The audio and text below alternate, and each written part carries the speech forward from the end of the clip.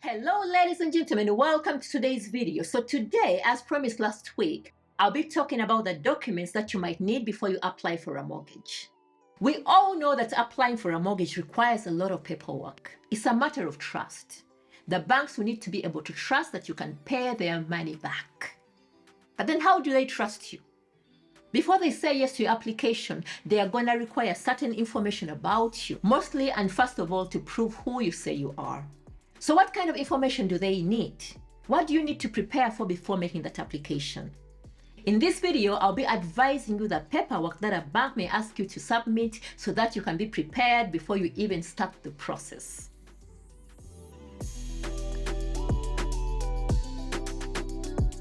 Information needed for your mortgage will fit into three things: proof of ID, proof of income, and proof of expenses. Each bank has its own requirement and they will ask for different documents, making it difficult to know exactly what you need to submit. Basically, they will need to know who you are, how much you make, and how much you spend. Period. This is how you should approach this. Let's start with proof of ID. They will need to know who you are and where you live. So how do you prove this? Well, you're going to need your current photo passport or driver's license. And this should have your current address on to avoid complications. Your photo passport should be in date and not expired. And your driving license should not be expired either. You're also going to need your most recent utility bill, gas or electric, it doesn't matter. But it has to be a full bill, not just a summary page. Sometimes these are hard to get hold of, but you can request a paper copy from your provider or you can download them from the internet. You will also need to show your bank statement or credit card bill. This must be dated within the last 3 months. Remember that the information on these documents should be consistent, such as the spelling of your name and address. They all have to be the same. That way they'll be more trustworthy to use as evidence. If at all there is any discrepancy, your application will be rejected. If you're buying your house with somebody else and you already live together, you will need their name to be on at least one of the bills too. The second thing you're going to need to prove is where your income comes from. This is because the bank wants to know what you can afford. Depending on the type of income you receive, you may need different kinds of paperwork. For example, if you have a job or pay as you earn employment, you'll be asked to submit your pay slips. These must be at least 3 months old if you're paid monthly or up to 6 weeks old if you're paid weekly. And both of them must feature your name, your employer's name, payment date, net pay, and gross pay. If you have recently started a new job or haven't been at your role very long, the bank may want to see your P60 to prove you have been in work. For those of you who work for yourselves or are self-employed, you're going to need a self-assessed tax return form. It's called SA302 form. You're also going to need tax year overviews. If you don't have these, you can request them from HMRC. It's dead easy. But make sure they both represent the same period of time, no later than the last 2 years. You will also need your accountant certificate. Your bank can issue you this, but it needs and must be filled in by a suitably qualified accountant. If you have other additional sources of income such as bonuses, overtime, commission, you can still use your P60 or 3 months pay slips as evidence. If you're a mother or a parent and you get child benefit or child tax credit, you're going to need the most recent HMRC letter.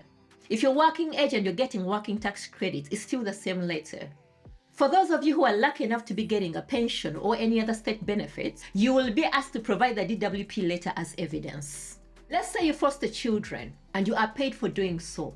You also need a letter from your local authority as evidence of income. It should state the number of children and how long you have been fostering for. If you're lucky enough to have a private pension or annuity, you need a pension pay slip as evidence. The last category I'm going to touch on is proof of expenses. The bank will need an idea of how you spend your money and on what before approving your application. This is because if you pay out things like school fees, childcare, travel, they have an impact on how much you can afford. So the bank will demand your full bank statement. This bank statement will need to have your correct name and address and a running balance. They will be really nosy and they will ask you about things you bought that seem unusual or unclear.